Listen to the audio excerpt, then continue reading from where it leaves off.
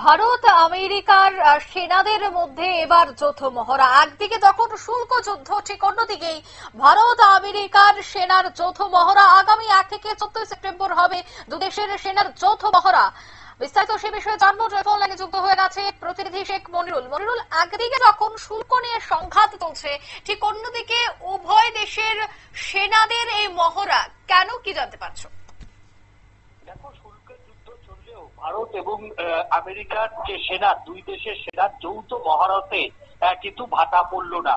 এই শুল্ক যুদ্ধের আবহেই ভারত এবং মার্কিন সেনাদের মধ্যে, দুই দেশের সেনাদের মধ্যে কিন্তু যৌথ মহড়া চলবে। আগামী 1 সেপ্টেম্বর থেকে 14 সেপ্টেম্বর আমেরিকার আলাস্কায় এই যৌথ মহড়া চলবে, যে যৌথ মহড়ার নাম দেওয়া হয়েছে যুদ্ধ অভ্যাস।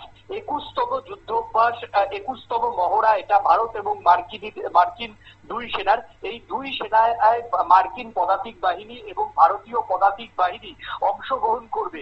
যেটা জানা যাচ্ছে যে মার্কিন সেনা এবং ভারতীয় সেনা, দুই সেনা গেরিলা পদ্ধতিতে কিভাবে যুদ্ধ করতে হয় এবং কঠিন থেকে কঠিনতম পরিস্থিতিতে কিভাবে যুদ্ধ করতে হয় সেটা যেমন শেখানো হবে, তেমনি জৈব যুদ্ধ যদি হয়, জৈব যুদ্ধকে কিভাবে প্রতিহত করে সেখান থেকে সেনাদের পলায়ন করতে হবে, সেটাও এই মহড়ায় উঠে আসবে বলে এখনো পর্যন্ত জানা যাচ্ছে।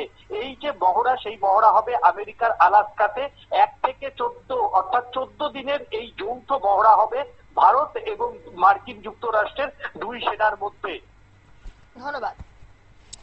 অর্থাৎ দুই সেনার মধ্যে এই যুদ্ধ মহড়া হবে এবং যুদ্ধ মহড়া হচ্ছে এবং শুল্ক বাড়িয়ে যে কোন ধরনের এই দুই সেনার মহড়ার মধ্যে ভাটা পড়েন তা কিন্তু আছে এই ছবি দ্বারাই স্পষ্ট।